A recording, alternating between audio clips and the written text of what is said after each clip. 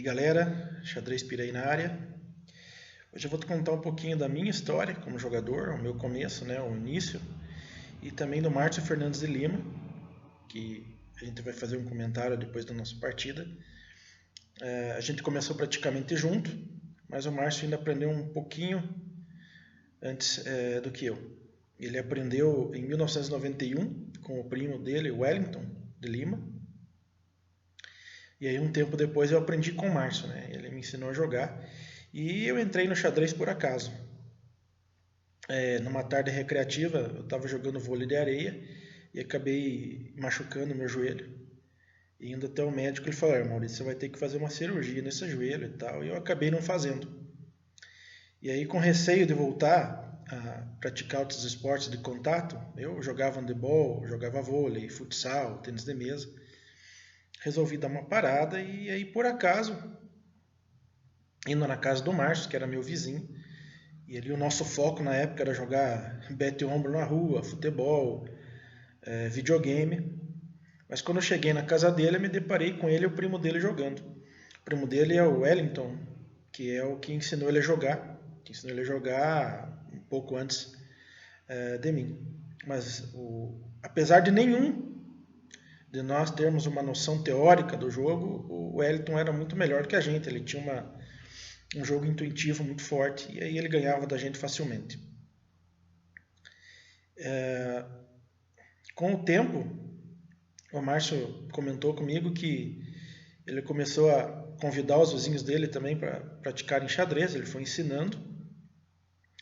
E um certo dia ele estava jogando xadrez na calçada e passou um senhor e aí perguntou para a galera ali quem que é o melhor jogador daí.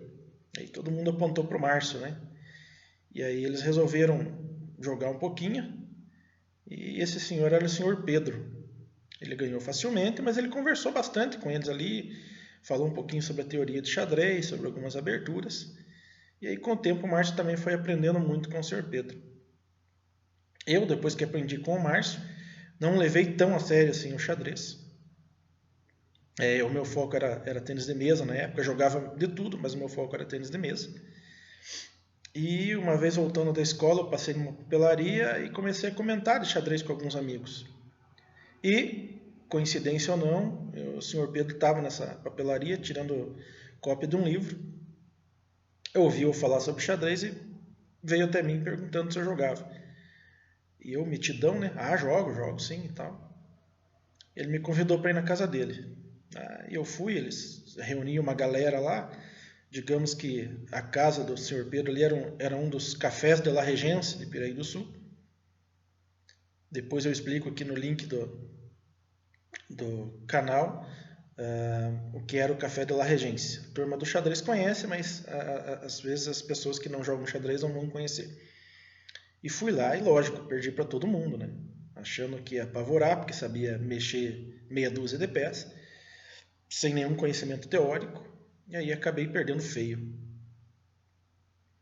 E aquilo, de certa forma, me serviu de inspiração. Eu procurei treinar, tive algumas aulas com o Sr. Pedro, José Carlos Gonçalves, depois foi um jogador que me ajudou muito. Mas assim, na época, 91, finalzinho 91, comecinho 92, o que eu mais jogava mesmo era com o Márcio. E aí, aos poucos, a gente foi melhorando. O Márcio acabou enveredando para outros esportes e faculdade, depois mais tarde e tal, foi fazer economia. E eu acabei ficando na área de esportes mesmo. 1994 foi um ano que eu quis trabalhar com esporte, porque eu vi uma abertura de uns jogos escolares que foi organizado pela professora Vera Saldanis Guario, e aquele povo correndo na quadra, organizando, aquilo me encantou. Então eu queria aquilo para mim. E a partir de então, em 1997, com a fundação do Clube de Xadrez, eu fui convidado a trabalhar no clube pela professora Beatriz Barbosa Búlico, que era então secretária de Educação, Cultura e Esportes, e pelo Hélio Saldanha, que era o coordenador de vôlei, mas Hélio Saldanha Júnior, né, que era coordenador de vôlei na secretaria, mas ele foi o idealizador, né, do Clube de Xadrez. E como ele sabia que eu gostava, eu conheci o professor Hélio em 92, 93. E aí a gente teve fez uma grande amizade. Em 1993, a convite da professora Iracema, ela me viu lendo alguns livros de xadrez na biblioteca do Colégio Estadual Jorge Queiroz Neto e me convidou para organizar um torneio de xadrez ali na Semana Cultural do Jorge Queiroz Neto, do Colégio Jorge Queiroz Neto. E eu topei, mas eu queria jogar também. Então eu ajudei a organizar e convidei o Sr. Pedro para fazer a arbitragem ali. E aí participamos alguns jogadores que eu ainda não conhecia, outros eu já conhecia. E logicamente o Márcio também fez parte disso aí. E o Márcio até foi o vice-campeão, eu consegui fazer um bom torneio. Não foram partidas brilhantes, mas deu pro gasto. E eu e o Márcio ali dividimos o primeiro e segundo lugar. E aí acabei não parando mais. Mas para o vídeo não ficar tão extenso, eu vou falar só um pouquinho mesmo desse início. E conforme os vídeos a gente vai falando sobre a fundação do clube, outros campeonatos, a gente comenta um pouco mais sobre a minha história e a história do Márcio, que com certeza também vai aparecer por aqui. E além, claro, de outros grandes nomes do xadrez piraense, como eu já citei aqui o José Carlos Gonçalves, que é mais conhecido por Carlos Bolivar, e o Sr. Pedro. Ok? Márcio Fernandes de Lima sempre teve um papel importante no município, seja como jogador de xadrez e divulgador da modalidade, como quando ele foi secretário de administração e esportes, ali no começo do 2010, 2009, 2010. Ele sempre incentivou muito a prática do xadrez e nos ajudou muito no que ele pôde.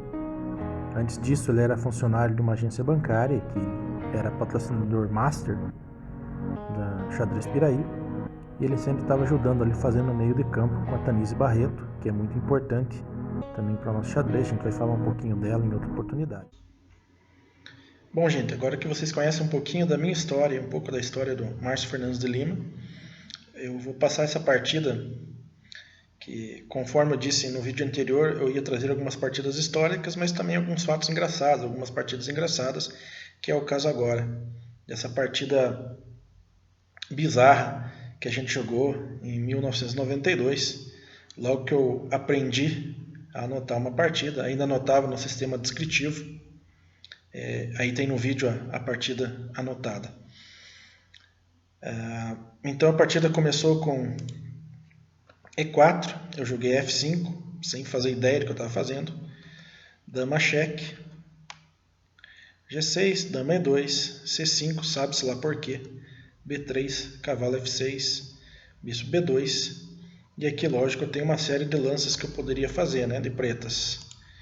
Por exemplo, F por E4, seguir uma sequência interessante. Eu ainda poderia desenvolver o cavalo, e aí teria uma sequência mais ou menos assim.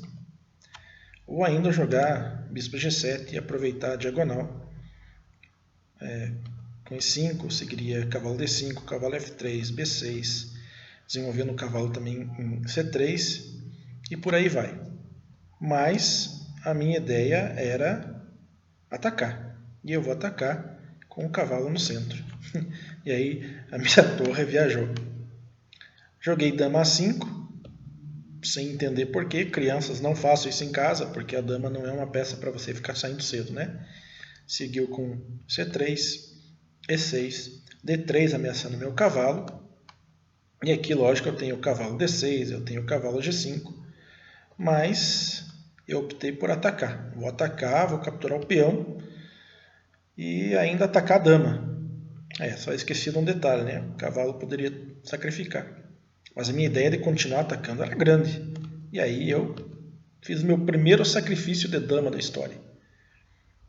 E aqui, lógico, o Márcio poderia capturar. Mas ele foi bonzinho e resolveu jogar rei D1. Bom, agora eu capturo o bispo e tô tranquilo, né? O que vale mais? A torre ou o bispo? E aí eu capturei a torre porque, vamos dar cheque, né? E aí seguiu com bispo por dama, D5, dama B2, D4, B4, cavalo A6, bispo por C5, B por C5, bispo por C5, dama cheque, E aqui eu joguei rei E7. Mas aqui tem uma sequência interessante, né? Que seria com bispo D7, dama por peão, torre B8, dama por cavalo, torre cheque, rei C2 e torre F1. Não sei se eu virei isso hoje, você imagina na época, né? Mas seguindo aqui com rei E7, aí o Márcio resolveu sacrificar também o bispo dele. Sacrificar. Aí bispo por bispo, cavalo para F3, né? Bispo por bispo, cavalo F3, bispo D7, ameaçando a dama. Dama por peão, torre C8, dama por cavalo, bispo B2, cavalo por D4, também mais um sacrifício do Márcio. Mas aqui eu fui mais ousado, resolvi não capturar o cavalo e dar cheque. Aí rei D2. Aqui eu fui mais ousado ainda, falei, vou dar cheque. E aí eu joguei bispo C3, entregando a torre. Mas o Márcio optou por não capturar minha torre. Jogou rei E3, defendendo o cavalo. F4, com a intenção clara de tirar o rei ali da defesa do cavalo. Aqui um simples rei E4 resolvia, né? E aí o Márcio aceitou o peão de bom grado e perde o cavalo. Dama 3. Aqui bispo C5. Falei, vou defender o cheque atacando a dama, né? Mas aqui é óbvio que é a torre C5 o melhor lance. E aí seguiu com bispo C5, minha torre viajando, bispo D6, rei E3, G5, bispo E2, bispo F4, rei E4, bispo C1, torre por C1, rei D6, A4, bispo cheque, rei D4, E5, rei C4, bispo D5, rei B4, A6, F4, sem entender o motivo. Enfim, me seguiu com G por F, D4, também não entendi muito, talvez, não sei qual era o plano aqui, mas acho que é porque a gente empurrava a madeira mesmo, né? Só empurrava a peça e estava valendo. E aqui o Márcio jogou bispo B5, talvez com a ideia de criar o peão passado, e ele pensando que mais tarde eu tivesse que sacrificar meu bispo para evitar a promoção, né? Aí peão por bispo, peão por peão, bispo por G2, mas aqui eu tenho dois peões agora bem passados e bem perigosos, né? E aí seguiu com rei A5, aqui talvez, né, B6, mas seguiu com rei A5, F3, torre cheque, rei D5, torre para F6, D3, B6, D2, B7, também promovendo aqui, cheque, e finalmente fiz o lance certo. Rei A7, F2, e aqui começa uma série de cheques. Mas aqui eu joguei o rei F5, né? Totalmente. Enfim, vocês sabem que esse lance não tem nada a ver, né? Aqui é muito claro, né? Dama E7, dama por, e aí fim de papo. Se bem que se eu fosse o Márcio, fosse essa sequência, eu ia continuar, porque eu acho que eu ia afogar ele. Enfim, rei F5, dama B5, cheque, rei G4, dama E2, dama F3, cheque também com dama E6, rei H4, H6, dama H5, dama F4, dama G4. E aqui o Márcio teria o empate, né? Por cheque perpétuo. Embora eu acho que a gente nem conhecesse esse conceito na época.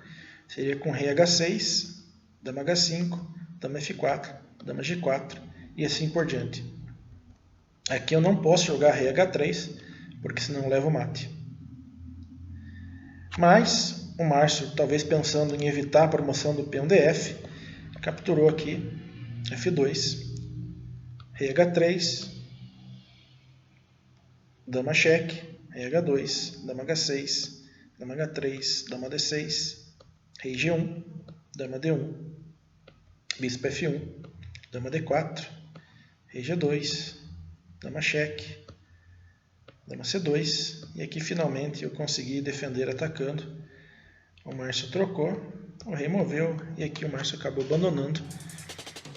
Se eu fosse o Márcio, acho que eu não abandonava, porque eu acho que eu ia acabar afogando. Brincadeiras à parte, falando sério agora, essa partida acabou sendo muito importante para mim, porque ela foi um aprendizado. Eu aprendi com ela. Eu comecei a procurar entender os conceitos posicionais e não entregar tanta peça, né? Eu fui entender o valor de cada peça. Lógico que em alguns momentos ali a peça valia mais que a outra, mas a posição é mais importante, né? E então, de certa forma, essa partida serviu para ensinar algumas coisas. Agradeço mais uma vez. Por favor, peço gentilmente que se inscreva em nosso canal, ative o sininho das notificações, dê o seu like, siga nossas redes sociais. Em tempo, eu vou deixar o link aqui também na descrição do vídeo de um podcast que eu fiz com o Márcio, estreando o podcast do Xadrez Piraí.